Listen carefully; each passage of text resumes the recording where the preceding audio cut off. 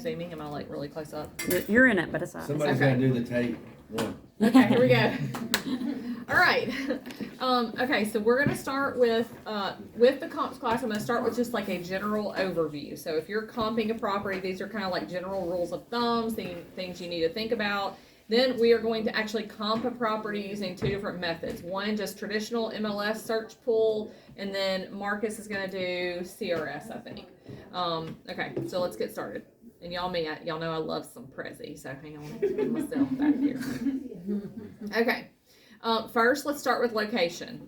So location is super duper important. So we want to select a property as close to the subject property as possible, ideally within a half-mile radius. If we need to, we can go to a mile, but half-mile would be the goal. If we're in a neighborhood, we want to try to find something within the same neighborhood or development.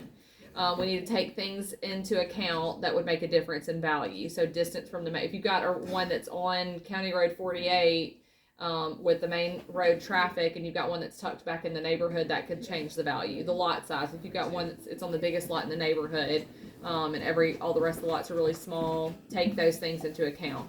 Taylor said it today. I wanted it reiterated, but we are looking for the truest comparable that we can find.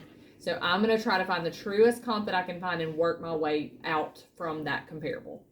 Okay, so we need to be sure that we are really truly comparing apples to apples. Okay, so we need to choose a home, homes that are as similar as possible in terms of style, construction, age, square footage, number of bedrooms and bathrooms, lot size, amenities, etc. So and this is why we did this class today. So it's fresh on our brains what Taylor just said. So if we've got a pool in the backyard, I want to try really hard to find another house that's comparable to mine that has a pool in the backyard. If it's a 3-bedroom house or a 4-bedroom house, and there's a house, like he said, 3-bedroom with a study, that was great to hear from an appraiser's perspective, because that's kind of how I looked at it too. Well, a lot of people are using a 4th bedroom for an office anyway, so that could be something that we're comparing true apples to apples.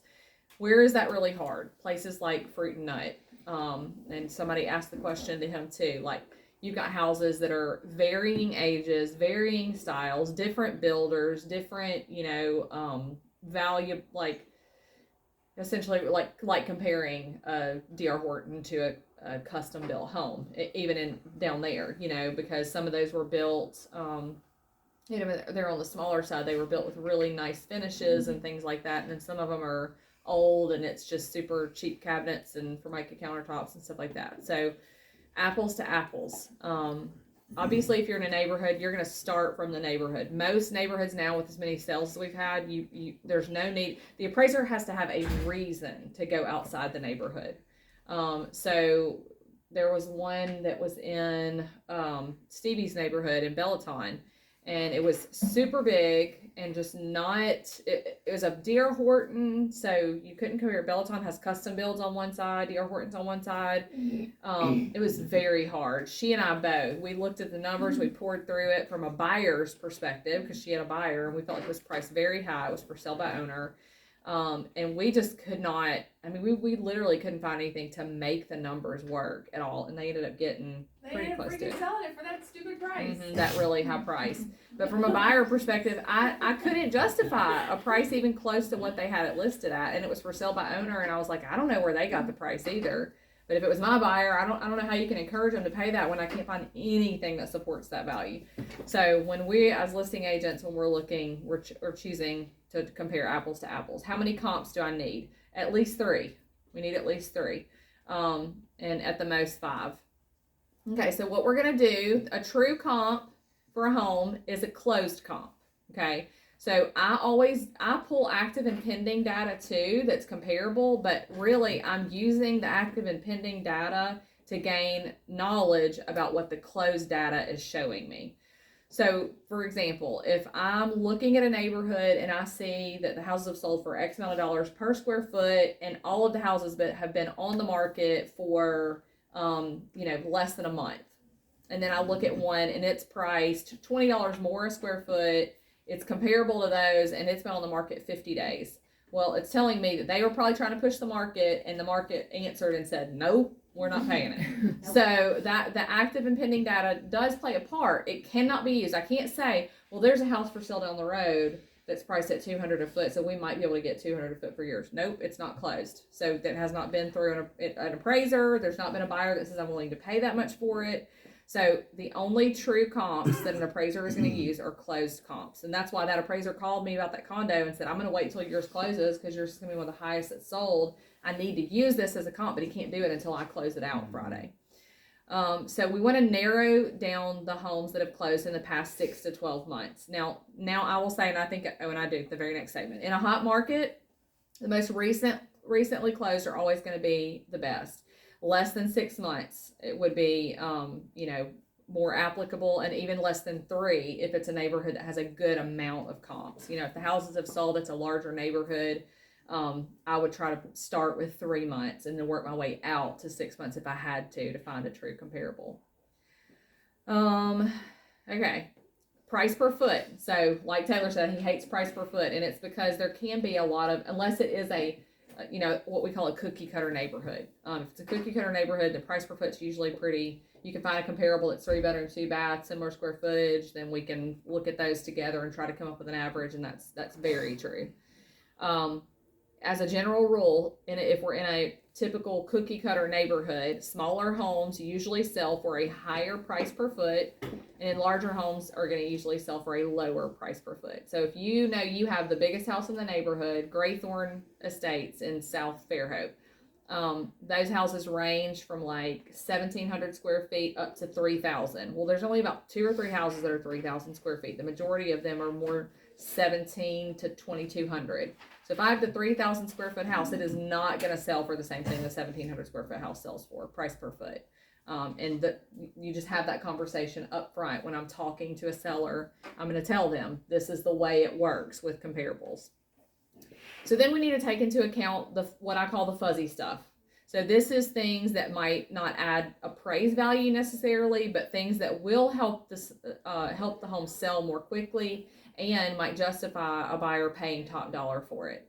And that is where you come, when you walk into a house, if you're the buyer's agent, you guys you're experts in your field, you're becoming experts in your field. When you walk into a home, if you're wowed by it, if you think, wow, this is a great house, regardless of the price point. We've walked into houses that were $300,000 and you're like, this is really nice. And you just know immediately this is going to sell really fast.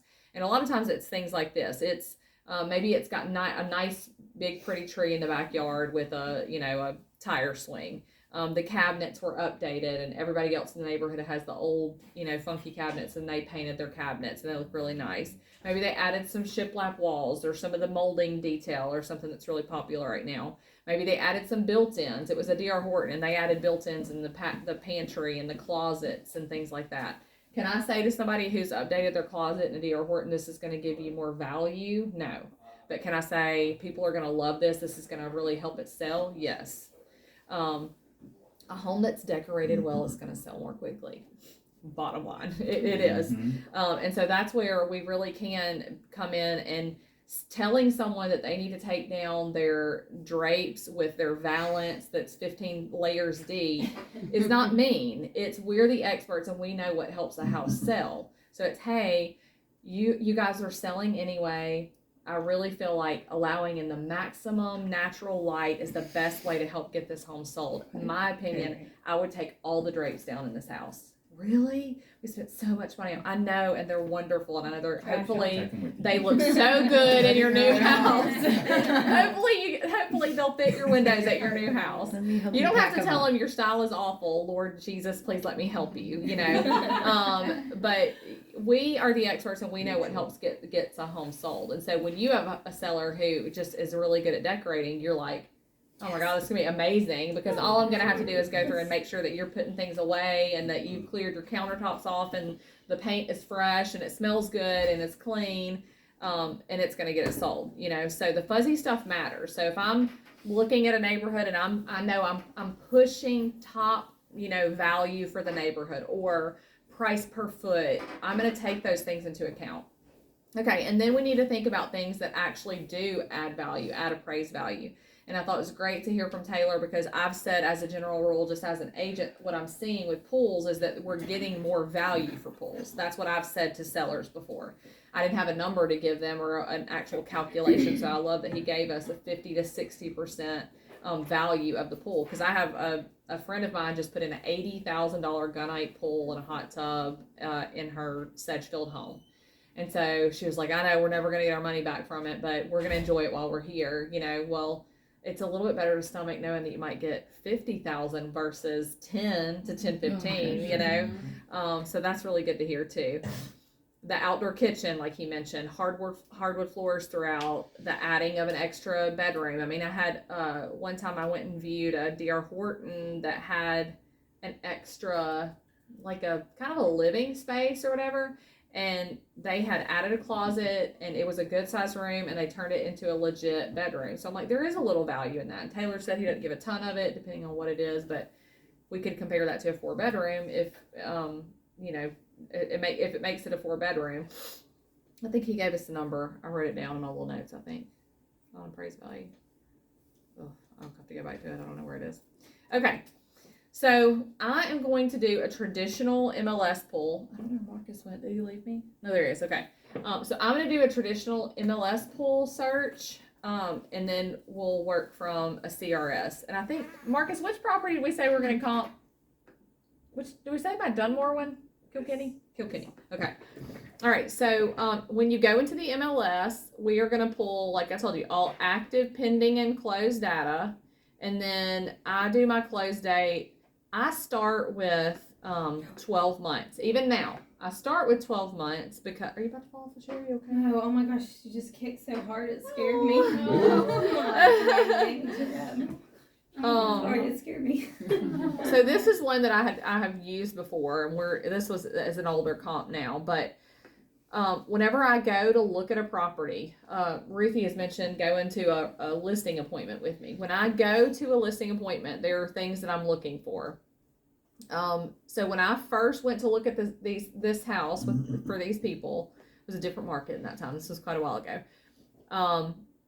There were things that I could see as I'm walking up that needed to be done for this house to be show ready, like be on the market and get the best that it could possibly get, highest dollar, quickest, shortest time on market.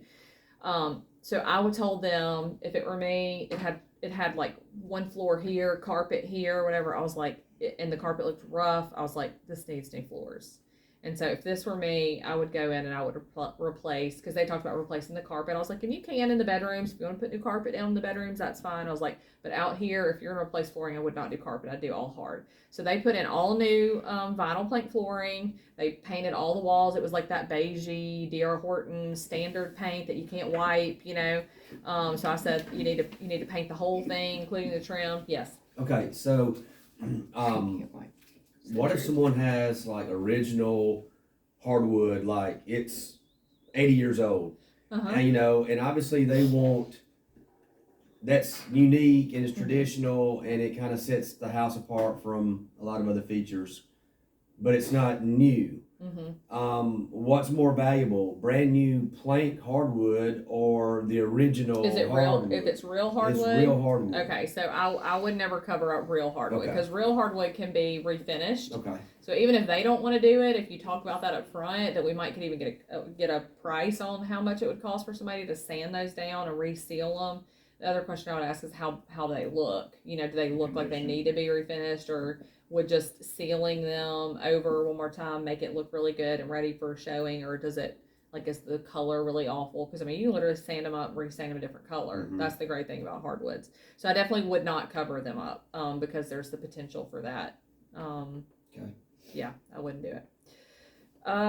Fresh paint on all the walls and trim, fresh landscaping. So they went in and I said, the landscape needs to be done. This is at this time was the under $250,000 neighborhood. I was like, if you put fresh paint on the walls and trim and doors, and you put new floors in, and you freshen up this landscaping so there's a nice walk in, I was like, I don't think you need to do anything else. You can see in the kitchen here that the cabinets are old. It's got Formica countertops, but at that time, that was comparable for that neighborhood. So my suggestion was no. Do you need to put granite in? No, because I can find 6 comps in this neighborhood that all had Formica countertops. Now, if everyone in the neighborhood did and they're really trying to get top value, I'd be like, well, can we go to the boneyard and get you some cheap granite? Let's see what we can do. But I gave them those few suggestions of things that I thought they should do. So I pulled everything in the neighborhood.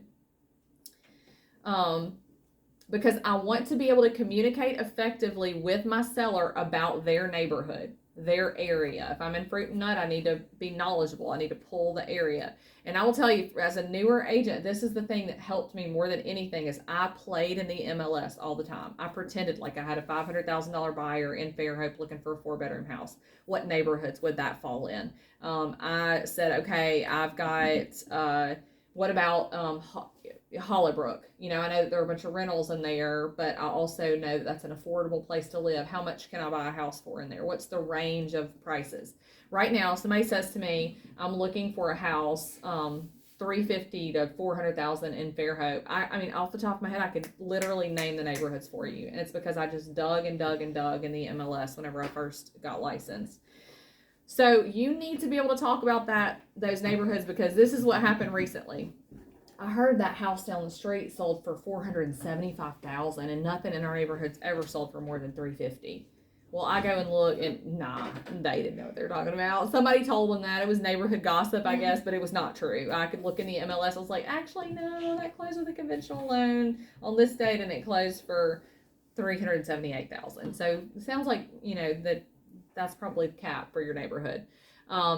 But also because they're watching. When their neighbors put their house up for sale, they notice it. When they hear their neighbor down the street sold their house, they notice it. So you need to come in, even if that's not a true comp, or maybe you've never seen the house, so you don't even know what you're comparing to. You need to be able to have a good understanding of the neighborhood. I would pull that 6 to 12 months, and I would put that in a CMA summary so that I have it for me when I go to that listing appointment. I'm very rarely going to value a home on the spot. I'm going to come in with a good understanding of the neighborhood. I'm going to look at the house, and then I'm going to tell them, I'm going to go back to my computer and do a little bit more digging to be sure that I've pulled the truest comparable now that I've seen your house, and then I'm going to come back to you with a value and send you a net sheet. So I very rarely will value a property on the spot. Okay, and the next thing I'll say is know the houses that are most comparable to your subject house. So before you ever get there, you can look up in the tax record and have a general idea, or look in the MLS for if this house ever sold before in the MLS to see how big it was, and kind of, you could look at old condition to see what it looked like back then, but just so you have a general idea. If the neighborhood had, like that Graythorne, the neighborhood has a range of 1,700 to 3,000, where does this one fall? You're kind of right in the middle. So you go in with a general idea of, well, there have been several other homes that have sold in your neighborhood around your square footage that have sold for this. So I'm going to take a look at yours today, and here's our window probably of value, and I'm going to try to help pinpoint that value while I'm here. And Taylor too, I asked him that question specifically because I wanted to hear him say it that way, that's true. I want to find one truest comparable. If I can find one, that's my truest comparable, and then I'm going to work my way out. I had to pull a house off the market in Jubilee Farms because somebody else put a house up on the same street, same floor plan for $5,000 less than mine. Well, that wasn't a big deal. I had a screen porch, corner lot. I was like, we're good. I can find a reason for my house to be valued a little bit higher than theirs. Then they dropped the price $25,000 in one day, and they sold it that day, of course. So I called the seller, and I was like, guys, we pulled the house off the market. I said, there's no way an appraiser cannot take this house into account. So what I said was, we have about a 2 to 3 week window to get your house under contract, because if we can get it under contract in maybe 2 weeks, we could get an appraisal done before this one closes. If we don't have your house under contract and moving to get that appraisal done in the next week or two, then we have to pull it off the market. So that's what we did. I think we waited 9 days, and we didn't have a contract, so we pulled it. Because they can't ignore it. They can't ignore a true comp. That is the truest true comp. Exact floor plan, same finishes, same dark cabinets. I mean, there's nothing except the lot was different, and I just knew it was going to hurt us. Okay, don't ignore that. Seller motivation. So when I finally select my list price, I'm going to open up Paragon now, but when I finally select my list price, the last thing that I take into account or think about and ask them the question about is, what's the seller's motivation? If it's, I have a job and we have to move in a month, regardless if this house is sold or not, we're moving in 1 month. Well, then I might want to be just a little bit more aggressive on my pricing. You know, I might say, well, we might could push it to this number, but if with your timeline, I'd say let's go 5,000 cheaper and see if we can't get this house sold really quickly for you guys. If they're just like, you know what, we really don't have anywhere to go, but values are up and we just kind of want to see, we want to test the market. You know, I've done that too. We don't have a huge high motivation. They have a place they could go if it's sold. You know, it's one of those things. Well, hey, let's try to push the value. We'll see what we can get, you know. If I can find a reason or a way for me to be able to look at it and say, yeah, okay, I can find some justification for that price. It's on the high end, but I can justify it. Then I'll do it. I will test the market with them. All right, active, pending, and closed. And then I'm going to go to my neighborhood. I'm pulling Dunmore, and this is where Taylor mentioned too. We got to be filling it all in. We have to. It's just such a disservice to our clients. All right, so I'm going to go, let me go 6 months. Okay, I got 20 houses in 6 months. So I'm pulling everything. So you see that I didn't select anything except the neighborhood and how long it's been on the market. How long it's been on the market. How many houses have closed in that amount of time. Okay. So I'm going to go to reports. I'm going to go to spreadsheet. I want to look at it in just a line version first, like this. And this is where my subject property is 2495 square feet. It shrinks it on your computer when you're on there, and it's so hard to read. Oh. Okay. Okay. I have 2 listings in Dunmore right now. All right. So I am 2498 is the square footage. So I'm going to take mine out. So let me check everything except mine. 4 bedroom, 3.5 bath, 2490 square feet. All right. So the first thing I'm going to do is literally just kind of have a general idea. You know, you can arrange this or organize it by, like, say, price. I'm going to just organize it by price here. So I can see the highest, most expensive house that's ever sold in here was $435,000, and it was a 4,000 square foot house. And then on the smaller end, look how little these houses are. These little patio home section, 1,177 square feet.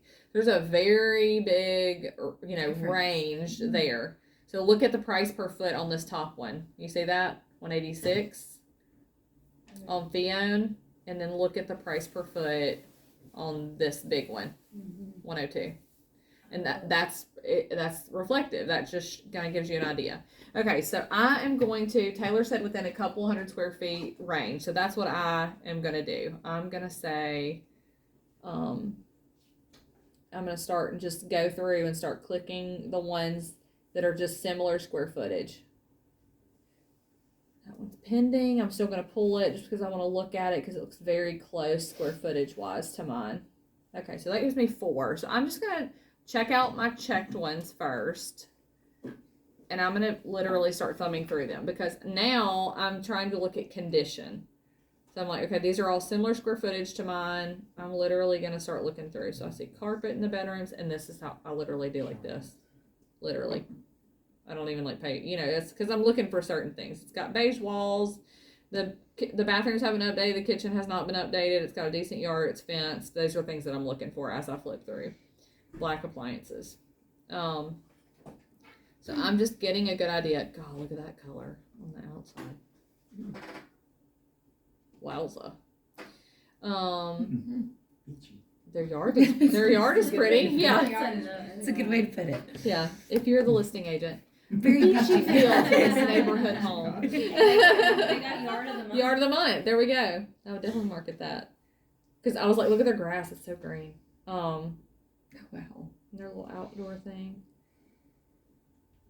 So I'm literally, when I pull through, I'm literally comparing.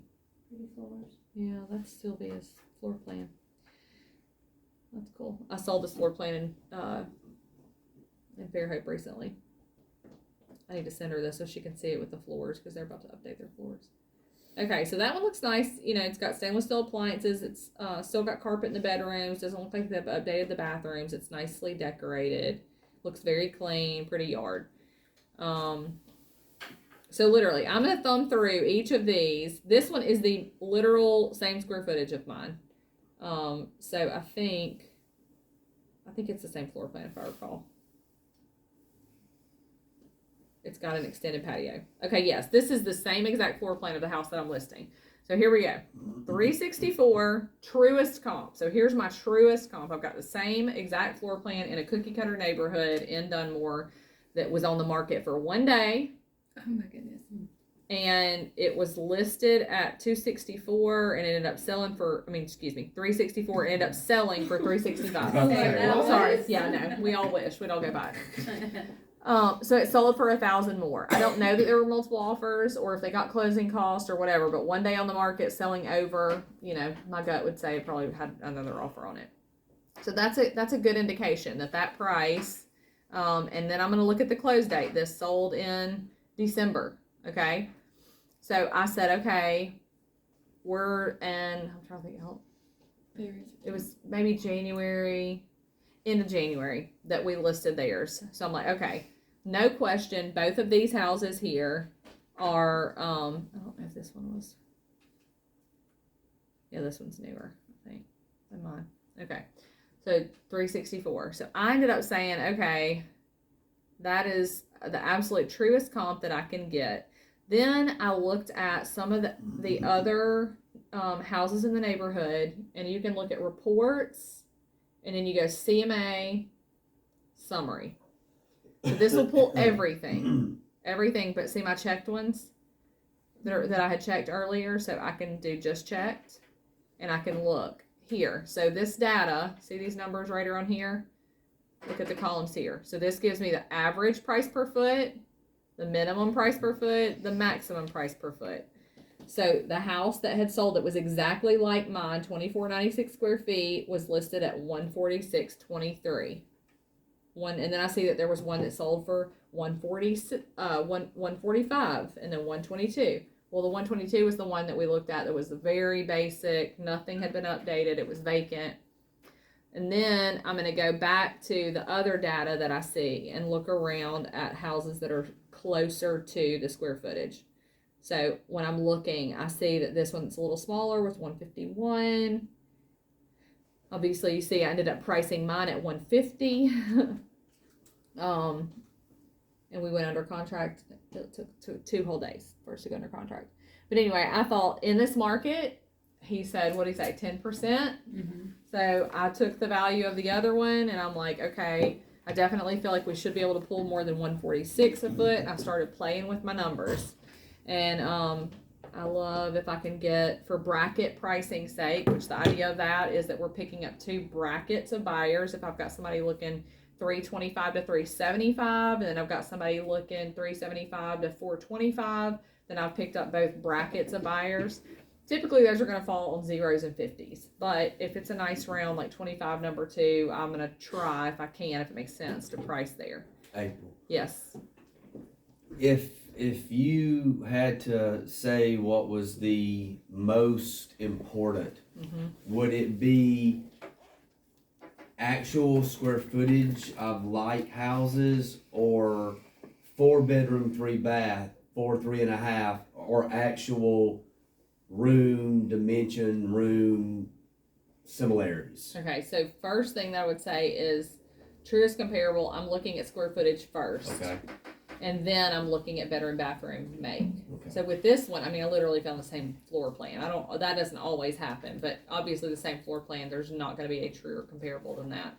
But I'm going to look within a couple hundred square feet range before and after, and there is a way to narrow that. Like I said, I'm looking at the whole neighborhood first. I could have originally from the get-go narrowed. I know mine's 2496. I could have said 2200 to 2650 square feet, and there we go. I have 5 comparables that are in that square footage. So I would start there, and I'm going to look at those first. I always go to this.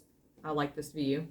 I'm going to look at those first, and then I want to say this one listed after us. Maybe not. Maybe this one was under contract. That's what it was. Hang on, let me look real quick, because I think that's how I use this one. Please don't let the cat out. You see that? for you. Yes. Okay. So this one was actually, see how long it was on the market? 79 days. It was listed at $151 a foot, and it was on the market for 79 days. So I tried to go in and try to figure out what is it about this house that has made it stay on the market.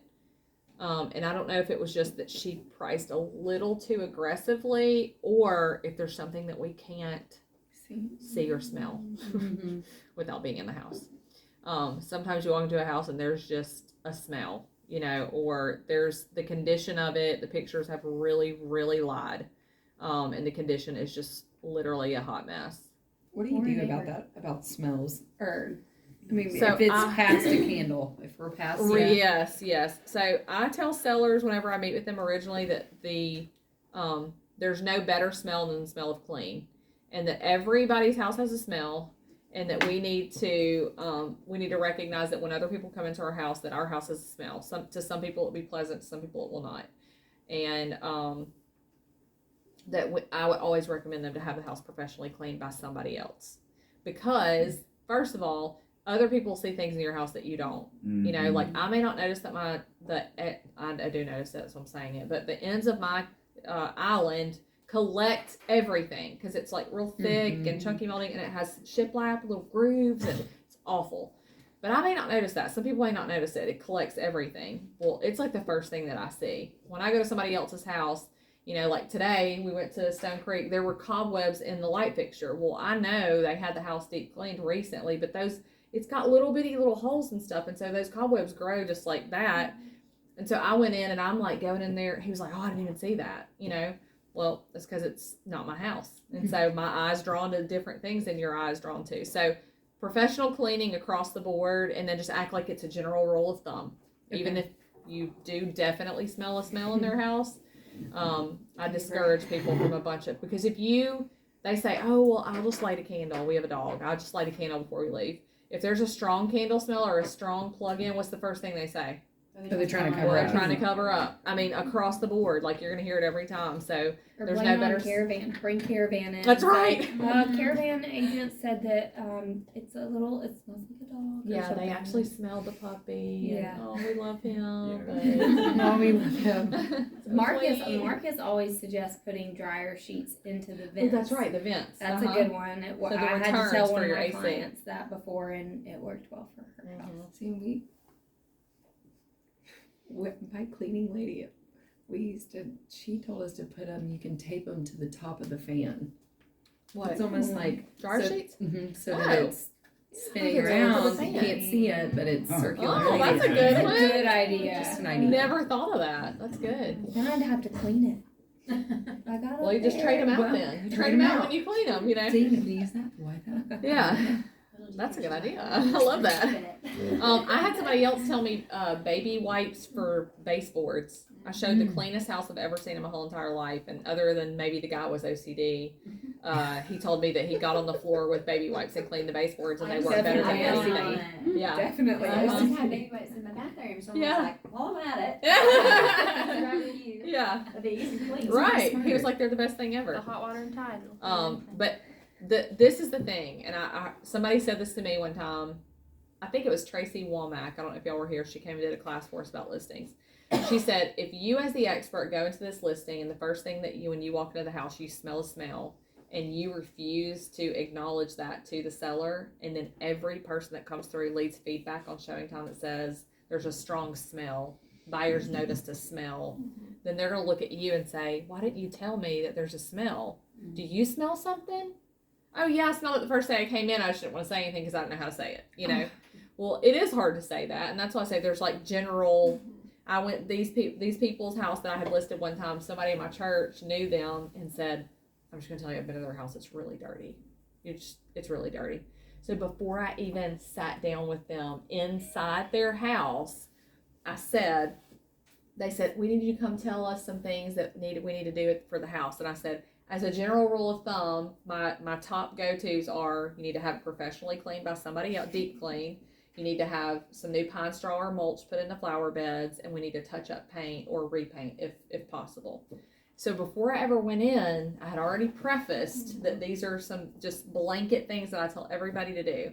And so they were like, okay, we'll go ahead and schedule that. Do you have anybody? You know, so then you need to have, there we go. We're the, do you know a guy people? You know, you as the realtor should be, you know, networking with other people to be able to have that person to go to.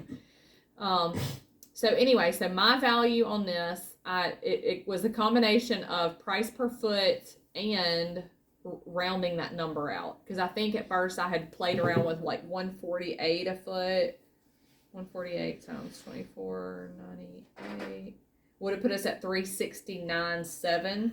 So I was like, we could go 370 to 375. I felt like 375 was pushing it a little bit, because I feel like the house needed to be, like the paint needed to be touched up, in my opinion.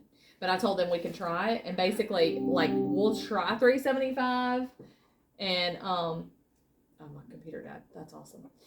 We can try 375, and then if we're on the market still in a couple of weeks, then we need to reduce the price, because there's no reason in Dunmore at this price point that your house should be on the market more than a couple of weeks. So they said okay. So that was the conversation up front. If you know in your mind you're pricing it high, you just need to be upfront with them, because having the conversation then and then reminding them of the conversation you had is sometimes a little bit easier to broach that subject. And we will eventually get back in a market where we're having to make price reductions, and it won't be like this forever. So, question going back to smells. If you list a house, like I had listed one previously, where it just reeked of cigarette smoke. Yeah. Are you going ahead and reflecting that on the listing price? Like, Yes. if you're not willing to do anything, we were listing it lower. Yeah. Okay. Yeah. You Because tell them What you that? want for it. Yeah, Yeah, how do you because approach that? By the way, Kendall's husband does own a company He does. called Rainbow, and he can But get it his is- company out there to it is Clean it. clean still the so It's hard. still, Because they you're can clean right. the ductwork, and it's not cheap. Clean it up like Yeah. a Not filter cheap. So how do you thing. approach it with the sellers? Like, how do you diplomatically say? Well, I'm super straightforward, and I had a smoker. She smoked in the house, and I straight up told her, like, do not smoke in this house until after it Yeah. closes. And I walked in, and she was smoking in the house. Stop. I literally said, Karen, her name was Karen. Yeah. Step outside, or you're going to be in trouble with any buyer that comes into Yeah. this house. Do you want to risk And they that? are not going to want to purchase this house. Mhm. So she eventually told me, Brenda, I promise I won't smoke back in the house. So Yeah. you just gotta put your foot down. Y'all remember my But be Quail nice. Creek? Who was here when I had the Quail Oh, Creek? I remember listed? that one. That was And I bad. had told them not to smoke in it. They had repainted and everything. You kind of smell a hint of it. And we're literally there on Caravan, and the boyfriend walks in with a cigarette in his mouth to come get the Yes, dog. oh my God. And I was like,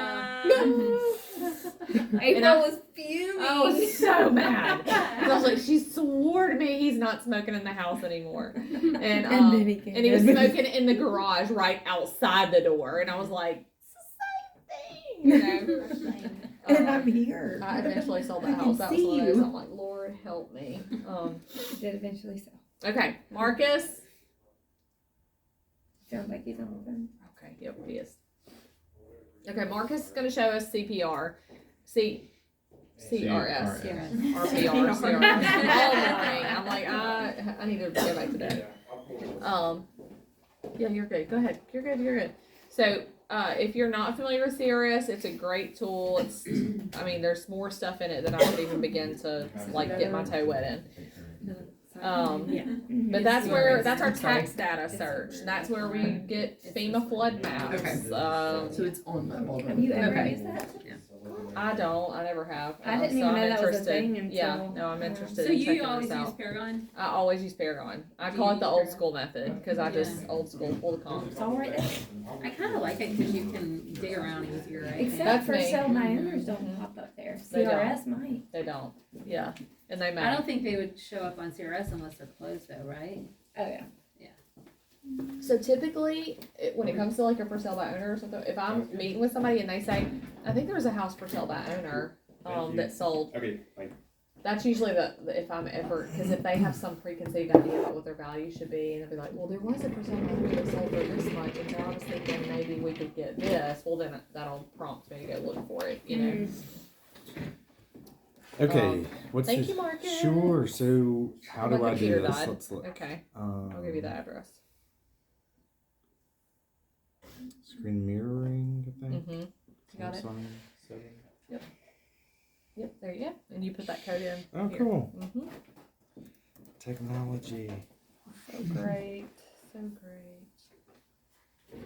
So yes, I love CRS. They've changed some things, and to me, it's not quite as easy as it used to be, or just as friendly. So whenever you go to Baldwin Realtors and members, this is where we normally sign into like Paragon and stuff. So it's this one right here, the yellow one on the right. You can also pull it up through Paragon and get there that way. But so once you click that, you get to this screen. You can search the address. What I really like to do is hit this advanced search and map search, just because my brain works with maps. If you hit that view larger map, because I know the area, I can zoom in to exactly the property that I'm looking for, because it's like I can just drive it in my mind. So like this is Ann Dorman's house on Seacliff. So I mean, I just can think that way. I don't know. You don't have to do it that way. You can just go back to. You could literally search the address.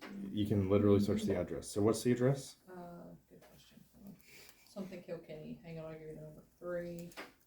No, don't listen to me. It is 23822 Kilkenny Lane. Seeing how it autofills, like all I did was the number and KI, and then that's the only option. And you don't put the city in CRS.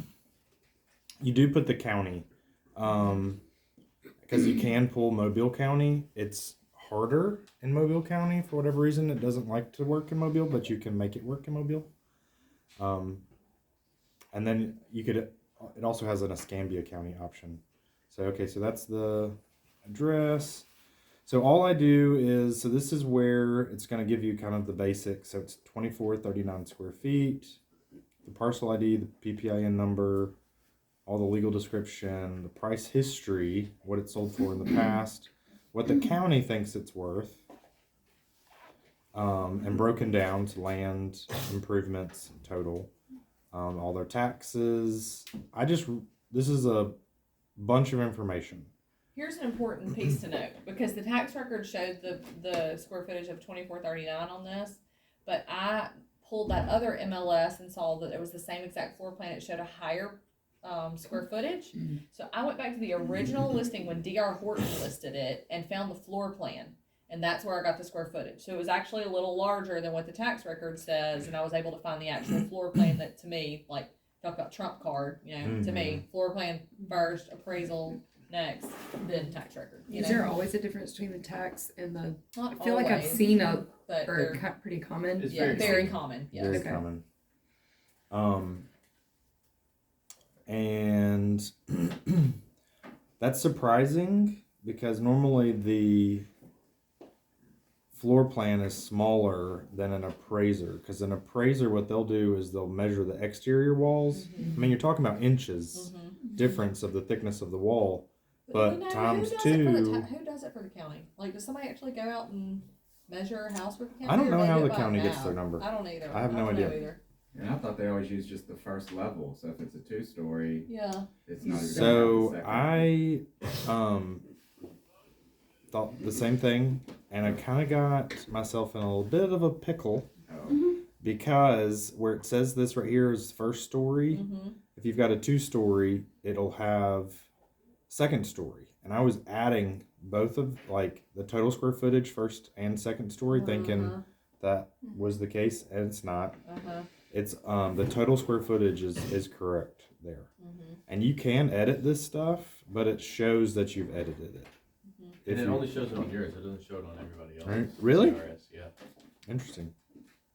So I guess if that's your playing with value, maybe trying to figure out or something. So bunch of information, but how I pull comps is just, so you've got like your property report, and then you have comparables. Never even noticed that. Oh, So me just either. hit comparables, and it does all the legwork for you. Love that.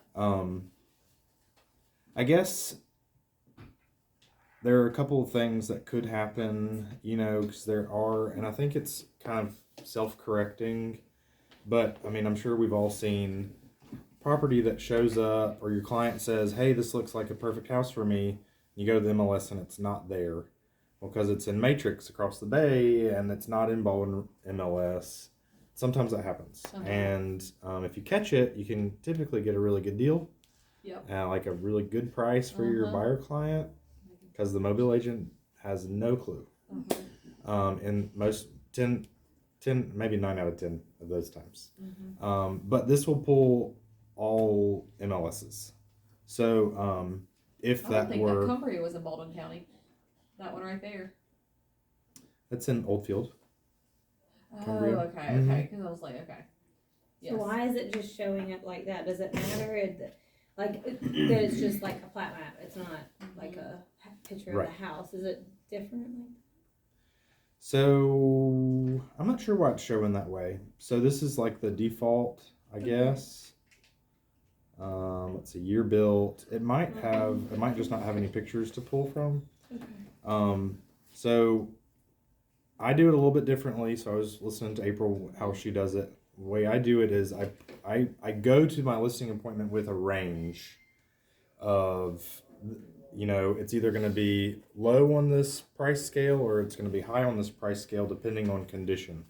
Because it's like even with something like this, it's only a couple years old, but they have 5 kids and they're all running through that house with muddy hands all over the walls and smashing stuff. It's completely different than maybe a couple that doesn't have kids and everything is very it's just, it could be, you don't have any idea what you're walking into until you're in the house.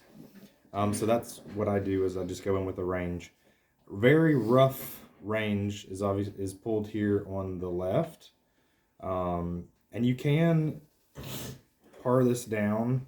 So I normally go through and just look and see, like, okay, well, that's comparable square footage. You can tweak the range here. So it automatically pulls 0.7 miles radius. So we've got, I haven't noticed that before. Okay. So you're also on both sides of 181. In my mind, the other side of 181 is not a comp. Different school district, different. I mean, I don't know. I guess we could have I just heard asked. appraisers say, and I wish we'd asked them too. I've always heard them say, I have to have a reason to leave the neighborhood if it's a cookie cutter neighborhood. Right. And with this little slide bar thing, you can.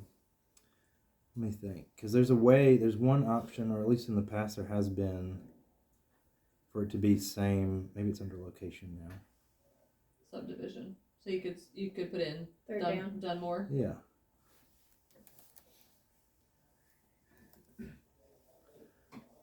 Oh, wow. Can you select and shift? Maybe. Yep. Dunmore Part B. Oh, so you can check. C. It's checklist. Okay, cool. I wish Delta would let you do that when you're trying to. Yeah, that's cool. Is that all of them? So, okay, cool. So that kind of pairs down the other side of the road versus the side that we're on. Year built. Let me see if I can make this bigger. There we go. So it just kind of gives you the specification. So you can remove these. So like this is a 3, 2.5. Ours is a 4, 3.5. So might want to remove that one. You can just check it and then hit remove. So then it's no longer pulling that as a comp. So you can tailor it that way. So let's get rid of the 5-bedroom and the 3-bedroom, and that leaves us with some really strong comparables. So we'll say remove. So as we're doing that, these numbers are changing. So 332, it's getting tighter, which is what you want. So yeah, that's how I do things. What's that 375? That's what it's it's varied. What number? 275? 375 is the list price. Is what we ended up at. So That's where y'all got? The 364 up there that's showing on, I can't read that one. Mm-hmm. Dublin. Okay, so that one was, I think that's the one that was like the same exact floor plan. What's the square footage on that? 24, yeah, same exact floor plan. So that was the one that I chose as my like truest comparable. Sure. And then kind of worked from there. And then, what was the other one? There was one more that was like on my computer died, so I can't bring it up. Well, we removed that 5-bedroom. I wonder if that was. Let's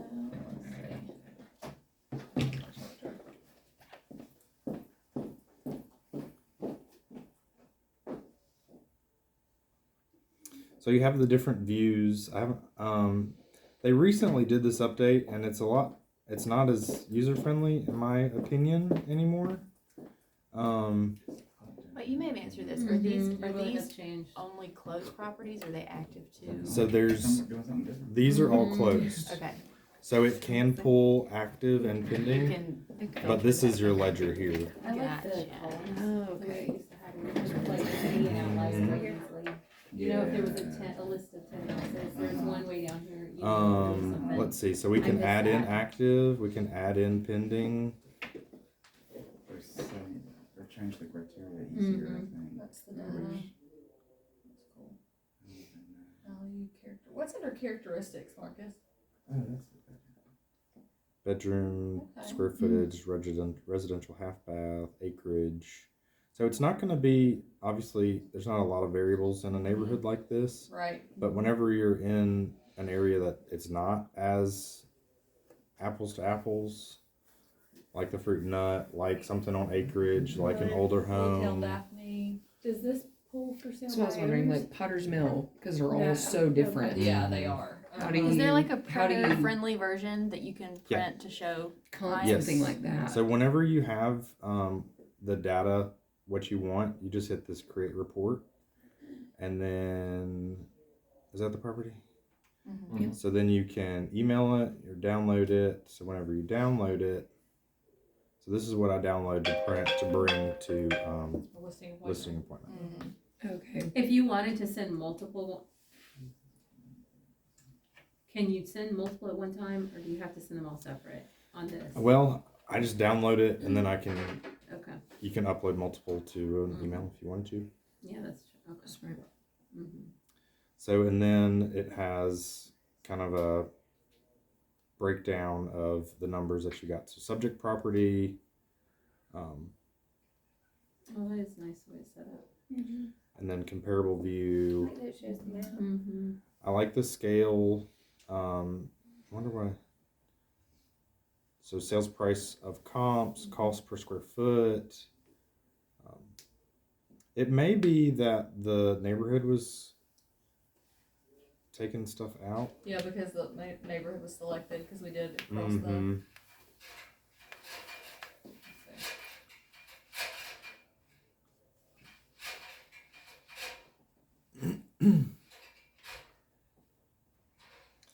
And it's not, it's not a science. It's you just kind of have to poke around and figure it out. There's no right way or wrong way. April's way and my way. She got a different number than I did, and What was your number? What would you list it at? And I would have gone, depending on condition, but I would have said like maybe 370 would have been probably depending on condition. But I just go in with a range. Which is So what, my actually range. what I said. I You told said them, I told 375? them 370, but we could push 375 if they really wanted to try, Yeah, just that because too. of the market. Mhm. And so my comp truly was my advice was 370. But I was like, hey, the way the market is. And then with bracket pricing, I Yeah. may have gone up to Right. 375. If you do that, just prepare them for appraisal. Like let them know, hey, if we do push it, here's my safe zone, but if we do push it, Mhm. there's a chance that the appraisal might come in at my price and you would have to drop the price unless the buyers are willing to pocket the rest of the money or Like a pay different- $5,000 What's the that? difference. So, like a piece of property Usually that that's a when family there's has owned multiple forever. offers. Mhm. They built Right. put the house on it. To help with So that it's never situation. been really in Mhm. the MLS. Only if they have multiple. You couldn't really do it this way, right? No, you can. You could? So, like, do you have property in mind? I don't know the address. Well, I'll do my parents' house. Okay. So my parents have lived there all my life. Mhm. Never moved. Don't have any plan. They plan to die in that house. And let's think. So it's right here. So you just hit view report. Mhm. I mean, the county knows. So it's just The showing what they property. paid for the property. Oop, that's not the right property. I was about to say. This one. Oh, so different. The other side of the road. So the county knows square footage. Mhm. They know bedroom, You bathroom, can also see if there's a mortgage on the property there too. Mm-hmm. year it was built.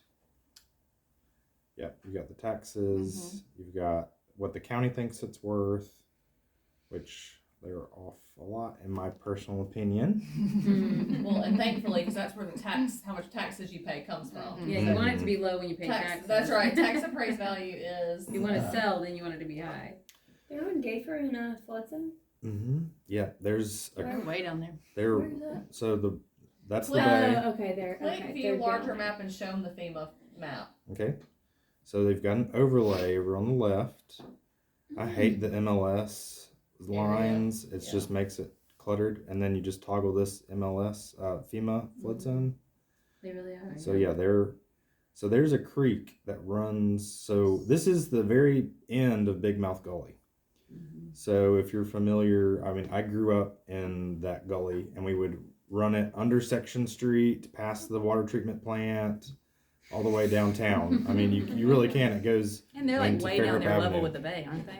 They're like right on. Yeah, they're really yeah. So there were during Katrina or Ivan, I can't remember. Our neighbor was kayaking in my parents' front yard. Really? Yeah, That's funny. but so there's a big hill right here, but that's where I grew up. But it you can so even if it's never sold, you can still pull the data. Okay. So you would just go to property report and then comparables. So it's giving you a list of what the system thinks it's comparable. So this is not like a D.R. Horton neighborhood, so Right, you've that's really right. got to dive in and tweak. I mean, you got a $400,000 range. Yeah. here. That's what I was Yeah. gonna say, that's Right. crazy. And So- that's where I go through like actually looking at the pictures, like because if you haven't seen the house inside yet, when it comes to a neighborhood like this, I mean, when you talk about going in with a range, I mean, you're unlikely to go in with a true range if you haven't seen it or don't know much about it. Now, then maybe they've told you we've completely updated it, we've got new floors, you know, they've told you some things you might could try to get a little closer to a range, but it's such a big range. I'm skeptical about going in and saying, well, this could be 400 to 650,000 because if they hear 650, they might get dollar signs in the eyeballs and not want to hear that. Oh, I really think it's probably only about 480. You know. In my mind, too, along the Eastern Shore, it's like the 4-lane 98. In my mind, if you're west of the 4-lane, I kind of bracket that in a different, just for the value of the land and the proxy to either downtown Daphne or downtown Fairhope, the Grand, the Bay, all of those things. And then on the other side, it's just the value of the land is so much different. So like when Taylor was talking about Fruit and Nut and he said $200,000 for the lot, I was Right. like, that's low. They're Right. selling for Yeah. 350 to 400 just for a quarter acre Right. over there, just for the land. Maybe even with a tear down house on it. Versus, you know, Summer Lake, great neighborhood. Those lots are $60,000. It's huge variable there. Yeah. Doesn't mean anything about the quality of the home. That's a great neighborhood in Summer Lake and others similar, but the value of the land just varies so much. So that's just my opinion. So I yeah. do like Sierras, and maybe you might do both. You know, like you might say, okay, well, I think I'm getting this. I know Blake Gray was really big on RPR, which I have played around with, but I've never found it as. I think Sierras is super user friendly in general, but I never found RPR to be as user friendly.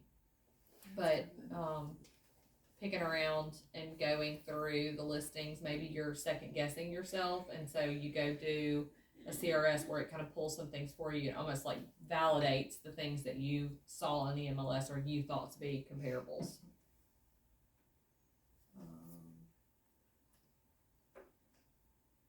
Okay, any other questions?